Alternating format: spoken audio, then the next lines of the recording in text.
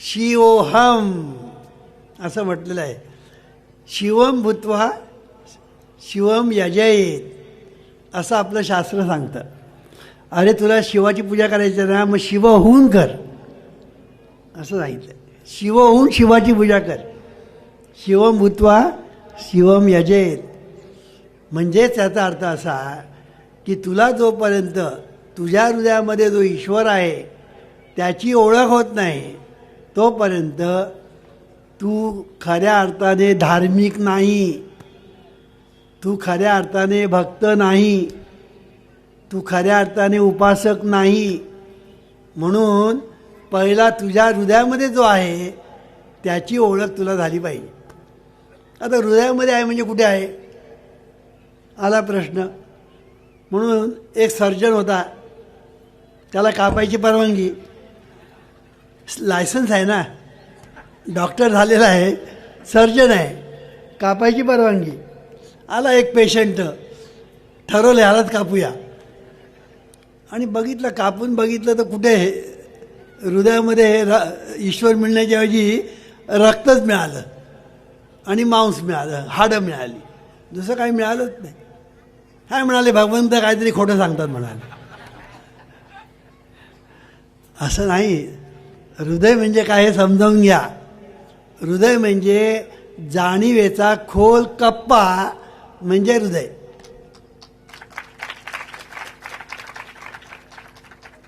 जाणीवेचा खोल कप्पा म्हणजे हृदय. तुम्ही म्हणा खोल कप्पा म्हणजे काय हो, सांगतो तुम्हाला. आता हे आपली मुंबई आहे, नालासोपारा आहे, नालासोपाऱ्याच्या जवळ समुद्र आहे, बरोबर.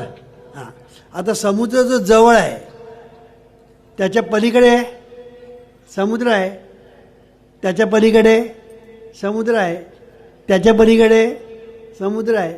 आणि जितकं तुम्ही पुढे पुढे जाल तितकं ते खोल आहे, तितकं ते खोल आहे. तसं आपली जी जाणीव आहे, ही जाणीव शरीराला जी लागून आहे, ही शरीर म्हणजे Nalasopara.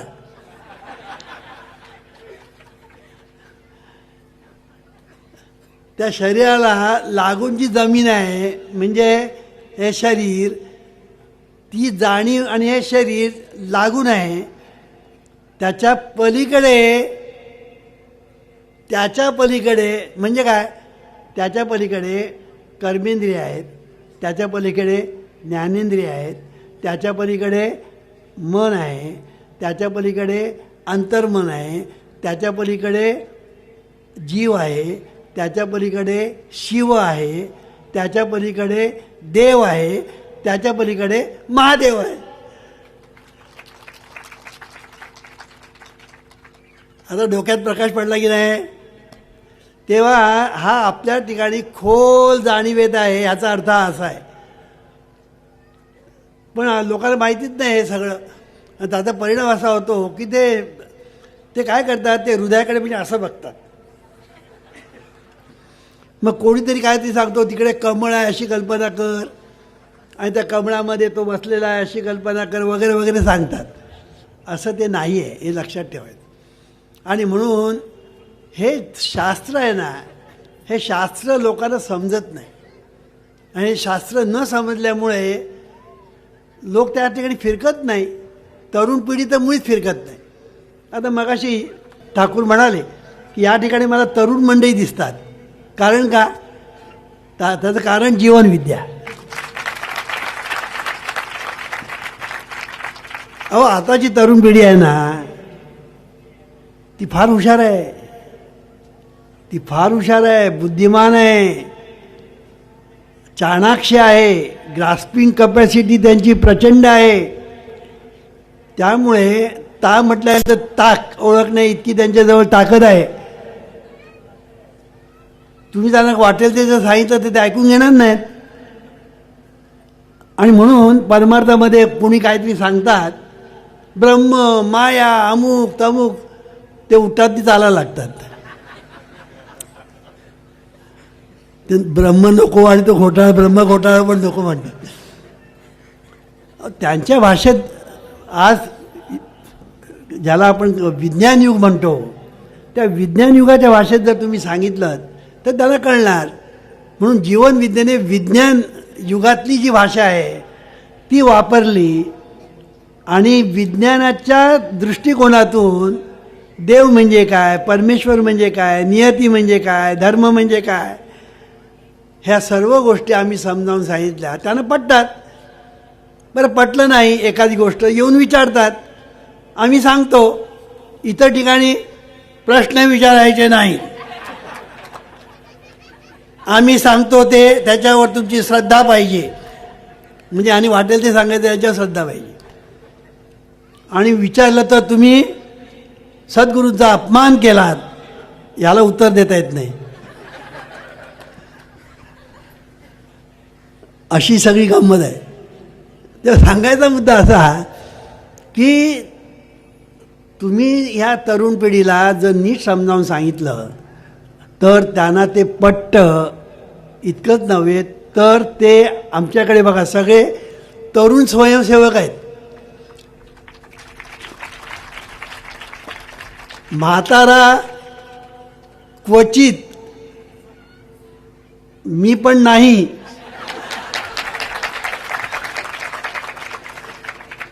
I am 85 years young.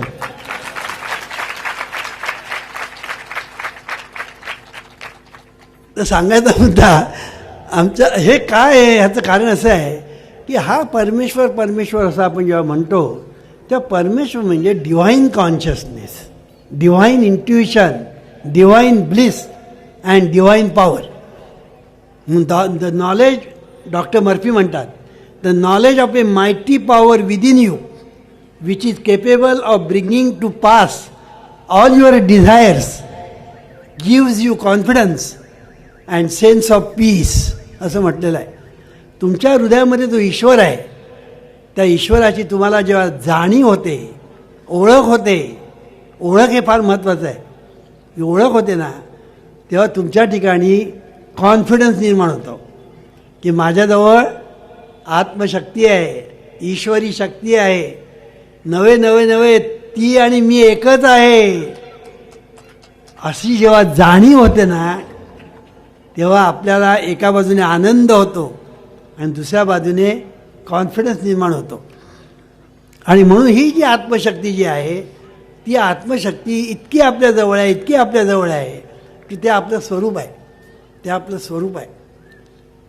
पण तिची जाणीव न झाल्यामुळे आज आपण चाचपडतो आहोत. इथे चाचपडतो, तिथे चाचपडतो, या बुवाकडे जातो, त्या बुवाकडे जातो, इथे जातो, तिथे जातो, कुठे कुठे कुठे कुठे भटकत असतो. कळलं की नाही? म्हणून ज्ञानेश्वर महाराज म्हणतात, देव देव म्हणून व्यर्थ का फिरसी, निज देव नेणसी मुळी कोण. देवा नाही रूप, देवा नाही नाव, देवा नाही गाव, कोठे काय. ज्ञानदेव म्हणे भजा आत्मदेवा, अखंडित सेवा करा त्याची. असं म्हटलेलं आहे. अखंडित सेवा करा त्याची. कोणाची? आत्मदेव, आत्मशक्ती, आत्मलिंग, आत्माराम. तैसा हृदयामध्ये ज्ञानेश्वरी, तैसा हृदयामध्ये मी राम. असता सर्व सुखाचा राम, की भ्रांतासी काम विषयावरी. म्हटलं आहे म्हणजे आपल्या हृदयामध्येच इतका जवळ आहे, इतका जवळ आहे. आणि म्हणून त्याला शोधण्यासाठी कुठेही जायची गरज नाही. ठाईचं वैसोनी करा एकचित्त. कुठे जायची गरज नाही, फक्त एकचित्त मात्र तुम्हाला करता आलं पाहिजे. मग एकचित्त होण्यासाठी काय करायचं ते उद्या सांगेन.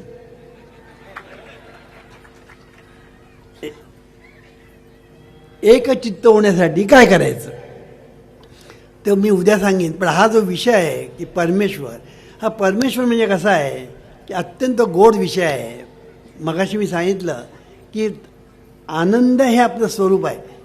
आनंद गोड असतो आणि म्हणून या गोडीची गोडी आपल्याला कळत न कळत लागलेली आहे. कळत म्हणण्यापेक्षा न कळत लागलेली आहे. कळली की नाही? आणि म्हणून प्रत्येक मनुष्य आनंदाचा शोध करतो, देवाचा शोध करतो. म्हणजे कोणाचा? देवाचा शोध करतो म्हणजे कोणाचा? आनंदाचा शोध करतो.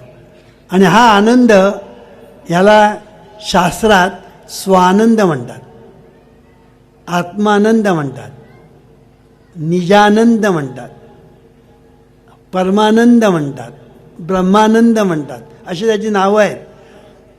आणि म्हणून आनंद पाहिजे असं प्रत्येक म्हणतो. मग त्याला तो सुख म्हणतो हा भाग वेगळा. आनंदाला सुख म्हणतो तो. मला सुख पाहिजे, मला सुख पाहिजे, मला सुख पाहिजे, मला आनंद पाहिजे, मला आनंद पाहिजे. म्हणून आनंदाचा शोध हा प्रत्येक मनुष्य घेतो. पण कसा घेतो त्याचं वर्णन तुकाराम महाराजांनी केलेलं आहे. देही असो निया देव, वृथा फिरतो निर्दैव. देव असे अंतर्यामी, व्यर्थ इंडे तीर्थग्रामी. नाभी मृगाचे कस्तुरी, व्यर्थ इंडे वनांतरी. दुधी असता नवनीत, नेणे तयाचे मथित. तुका सांगे मूढजना, देही देव का पाहना. काय सुंदर सांगितलं बघा. नाभी मृगाचे कस्तुरी, व्यर्थ इंडे वनांतरी. की बेंबीमध्ये आहे कस्तुरी, त्याचा वास घमघमाट सुटलेला आहे.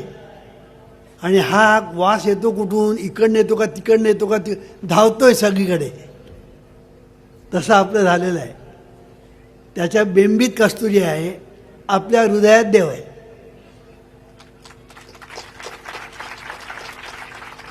या देवाचा वास आपल्याला येतो कारण आपण आनंद शोधतो, म्हणजे देवाचा वास आपल्याला लागलेला आहे. म्हणून आनंद पाहिजे, आनंद पाहिजे म्हणतो ना.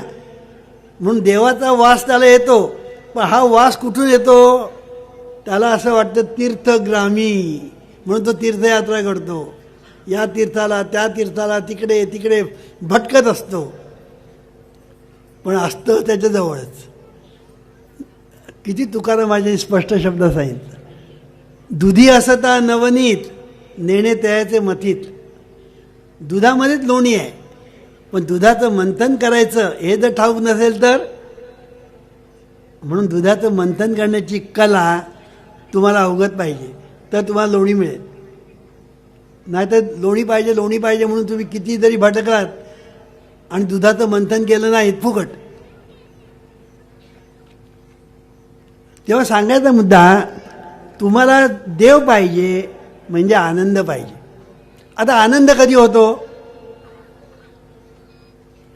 मनात त्याचं उत्तर द्या बघू. मनात. हा, आनंद कधी होतो? दिलं? आता तुमचं सगळ्यांचं उत्तर चुकीचं आहे. मग सांगतो, आनंद तेव्हाच होतो जेव्हा तुम्हाला ज्ञान होतं.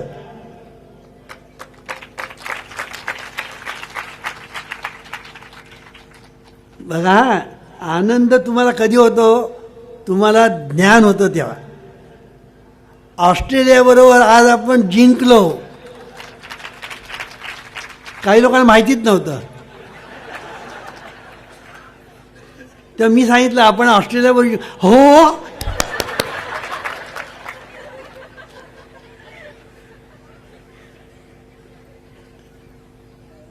एकदा एकनाथ महाराज हे गुरुग्रही होते जनार्दन स्वामींकडे. तेव्हाची गोष्ट आहे. एकदम लहान होते आणि ते गुरुग्रही गेले होते आणि त्यांची कामं वगैरे करायची होती, हिशेबाची कामं वगैरे सगळी करायची होती. एक दिवस रात्री ते बसले होते, त्यांना हिशेब काय बरोबर लागेना. आणि हिशेब काय, पैचा हिशेब होता बरं का.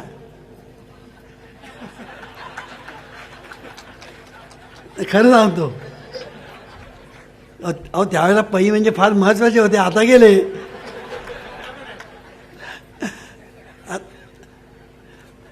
आता पै नाणं गेलं खरं.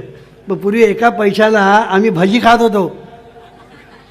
एका पैशाला नुसती भाजी नाही, त्याच्याबरोबर मिसळ, भजी मिसळ हे आम्ही एका पैशात घेत होतो त्यावेळेला. आता एक पैसा भिकारी पण घेत नाही. तर एकनाथ महाराज हिशेब करायला बसले होते आणि त्या पैचा हिशेब लागेना. आता रात्र झाली, कळलं की नाही. तेव्हा त्यांचे हे इलेक्ट्रिकचे वगैरे नव्हते. पूर्वीचे दिवे म्हणजे साधे कंदिलाचे पण नव्हते, त्या नुसते ह्याच्यात दिवे होते. जनार्दन स्वामींना जाग आली रात्रीची, तर साधारणपणे 12:30-1च्या सुमारास जाग आली. तर एकनाथ महाराजांच्या रूममध्ये आणि दिवा जळतोय. का बुवा कशासाठी दिवा जळतो म्हणून ते उठून आले आणि त्यांच्या पाठीमागे येऊन उभे राहिले. असं तर सद्गुरू पाठी म्हटलं आहे ना, सद्गुरू पाठीमागे येऊन उभे राहिले आणि हा काय करतो ते बघायला लागले. एकनाथ महाराज हिशेब बघत होते आणि शेवटी त्यांना पैचा हिशेब लागला आणि त्यांनी अशा आनंदाने टाळी मारली. त्यावर जनार्दन स्वामींनी विचारलं, अरे तुला कसला शोध लागला, कशासाठी तुला एवढा आनंद झाला. मग त्याने सांगितलं, मला पैचा हिशेब लागत नव्हता, तो आता लागला म्हणून मी आनंद टाळी मारली. मग जनार्दन स्वामी त्यांना काय म्हणाले माहिती आहे, अरे पैचा हिशेब लागला म्हणून तुला एवढा आनंद, तर वामनराव पै मिळालं तर किती होईल.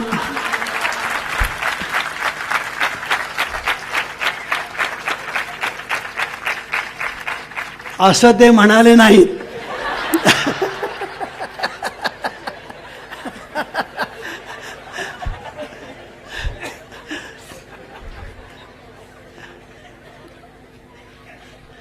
सांगायचा मुद्दा, आनंद हा नेहमी ज्ञानातून होतो, हे पहिली गोष्ट लक्षात ठेवा. कळलं की नाही. एके ठिकाणी ज्ञानेश्वरीमध्ये त्याचं फार सुंदर वर्णन केलेलं आहे. चित्त परतोनी पाठीमोरे ठाके आणि आपण याते आपण देखे, देखत खेव म्हणे तत्व ते मी, तिये ओळखी सरीसे, सुखाच्या साम्राज्य बैसे, चित्त समरसे विरोनी जाय. सुखाचं साम्राज्य म्हटलं आहे म्हणजे आनंदाचं साम्राज्य. कळलं की नाही. तुकाराम महाराज म्हणता, मला साक्षात्कार झाला तेव्हा काय झालं, आनंदाचे डोई आनंद तरंग, आनंदाचे अंग आनंदाची, असा अनुभव आला. तुका म्हणे आता आनंदी आनंद, गाऊ परमानंद मना संगे. एकनाथ महाराज तसंच सांगतात, अवघे चित्रैलोक्य आनंदाचे आता, आनंदाचे आता, चरणी जगन्नाथा चित्त ठेले, चित्त ठेले माय जगन्नाथ, बाप जगन्नाथ, बाप जगन्नाथ, अनाथाचा नाथ जनार्दन, जनार्दन माय जगन्नाथ, बाप जगन्नाथ, बाप जगन्नाथ. अवघेची त्रैलोक्य आनंदाचे आता. आता कधी, चरणी जगन्नाथा चित्त ठेले, जगन्नाथाच्या चरणावर चित्त ठेवलं, ज्ञान झालं, तेव्हा जो झाला तो आनंद. असा आनंद साक्षात्कार जेव्हा होतो ना, त्या तो खरं. पण ते ज्ञान झाल्यानंतर होतं म्हणून त्याला ज्ञानोत्तर भक्ती असं म्हणतात. ज्ञान झाल्यानंतर आनंद होतो आणि आनंदाने मग आपण जे करतो ना, ती भक्ती असते. मग ज्ञान झाल्यानंतर तू जे करशील ना, ती देवाची पूजा. त्याचं वर्णस्व ज्ञानेश्वरीमध्ये काय फार चांगलं केलेलं आहे. ते असं केलेलं आहे, त्याचा भावार्थ की तू करशील ना ती पूजा, तू बोलशील ना ते भजन, तू पाहशील ना ते दर्शन, तू ऐकशील ना ते स्तवन, तू चालशील ना प्रदक्षिणा, आणि तू झोपलास ना तरी ती समाधी. ज्ञान झाल्यावर. म्हणून ज्ञानाचं महत्त्व ज्ञानेश्वर महाराजांनी किती सांगितलं. म्हणून आपण ज्ञानदेव म्हणतो, त्याचं कारण ते. म्हणून ज्ञानातून आनंद निर्माण होतो. तुम्ही प्रवचन ऐकल्यानंतर तुम्हाला आनंद होतो. म्हणजे प्रथम ऐकता ज्ञान होतं आणि मग आनंद होतो. बासुंदी खाल्ल्यानंतर ज्ञान होतं, गोड आनंद झाला. कळलं की नाही. आणि आमटीमध्ये भरपूर मीठ पडलेलं आहे आणि तोंडात घातलं, ज्ञान झालं पण आनंद झाला नाही, खारट. म्हणजे दोन्ही गोष्टी, आनंद होणं वगैरे सगळ्या गोष्टी ज्ञानावर अवलंबून आहे. म्हणून ज्ञान हाच देव. हा जीवनविद्येचा फार महत्त्वाचा आहे. अहो देव देव म्हणजे काय? ज्ञान हाच देव. म्हणून मगाशी सांगितलं divine consciousness, divine intuition. Divine consciousness, divine intuition हे त्या दिव्य ज्ञानाचे दोन पाठ आणि पोट आहे. पाठ आणि पोट म्हणतात ना, ते त्या दिव्य जाणीवेचेच आहेत. आणि म्हणून हे जे ज्ञान आहे, हे ज्ञान अत्यंत महत्त्वाचं आहे. म्हणून आपल्याला जेव्हा आपल्या स्वरूपाचं ज्ञान होतं त्यावेळेला आपल्याला आनंद होतो. तो आनंद हा स्वानंद असतो आणि त्याला आपण साक्षात्कार असं म्हणतो. आणि हा साक्षात्कार होतो तेव्हा तुका म्हणे, धन्य झालो आजी विठ्ठला भेटलो. इथे पुस्तकं आणलेली आहेत. ते सांगण्यापूर्वी एक महत्त्वाची गोष्ट सांगतो, म्हणजे कोर्सेसबद्दल. आमचे जीवनविद्या आम्ही सांगतो प्रवचनातून, पण प्रवचनातून मी 1 आणि 2 दिवस तुम्हाला सांगतो आणि ते विस्ताराने सांगतो. त्यामुळे एखादा विषय तोसुद्धा आपल्याला पूर्ण होत नाही. तर जीवनविद्या मिशनने, विशेषतः आमच्या चिरंजीवाने प्रल्हादने कोर्सेस तयार केलेले आहेत. जर तुम्ही ते शिकलात तर तुम्हाला इतका आनंद होईल की तुम्ही म्हणाल आम्हाला हे जर पूर्वी मिळालं असतं तर बरं झालं असतं. मी एवढी तुम्हाला गॅरंटी देतो की तुम्ही जर कोर्सेस केलेत, 2 दिवसाचा आहे स्वानंद योग भाग 1 भाग 2, तुम्हाला निश्चित फायदा झाल्याशिवाय राहणार नाही. आणि नाही फायदा झाला ना तर माझा कान धरा. तेव्हा सांगायचा मुद्दा, ह्या कोर्सेसबद्दल मी तुम्हाला सांगितलं. दुसरं या ठिकाणी पुस्तकं आहेत. पुस्तकाबद्दल तुम्हाला आता काही जास्त सांगायला नको, कारण तुमच्यापर्यंत पुस्तकं पोचलेली आहेत. पण ज्यांनी घेतली नसेल त्यांनी अवश्य घ्यावी, कारण तुमच्यासाठीच लिहिलेली आहे. त्यात मला त्याच्यापासून या पैना एक पैसाही फायदा नाही. सगळं जे तुमच्यासाठीच आहे. आणि हे मशीन जे आहे, हे मशीनसुद्धा अत्यंत प्रभावी आहे. या मशीनमुळे अनेक लोकांचं कोट कल्याण झालेलं आहे. हे मशीन विकून मला काही कमिशन मिळत नाही. नाही तुम्हाला असं वाटेल मी याचं मार्केटिंग करतो म्हणून. तर हे मशीन जे आहे हे खरोखरच अत्यंत उपयुक्त आहे. एकदा सुरू झालं ना की आपल्या विश्व प्रार्थना ही सतत तुमच्या कानात पडते. आणि जे कानात पडतं ना ते तोंडातून बाहेर येतं. हे लक्षात ठेवायचं. म्हणून ही प्रार्थना सतत कानात पडेल अशी व्यवस्था यांनी केलेली आहे. आणि ही प्रार्थना जर सतत कानात पडली ना तर ती तोंडातून तर बाहेर येतेच, पण ती अंतर्मनात पण जाते. आणि म्हणून ह्या मशीनचं एक फार महत्त्वाचं असं गोष्ट आहे. आता बराच वेळ झालेला आहे. तुम्ही सगळी मंडळी बराच वेळ बसलेले आहात. आता राहिलेला विषय आहे तो उद्या बघूया.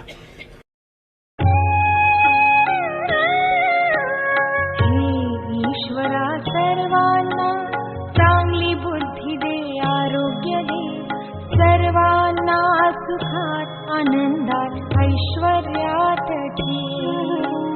सर्वांचं भलं कर, कल्याण कर, रक्षण कर, आणि तुझे गोड नाम मुखात खंड राहू दे.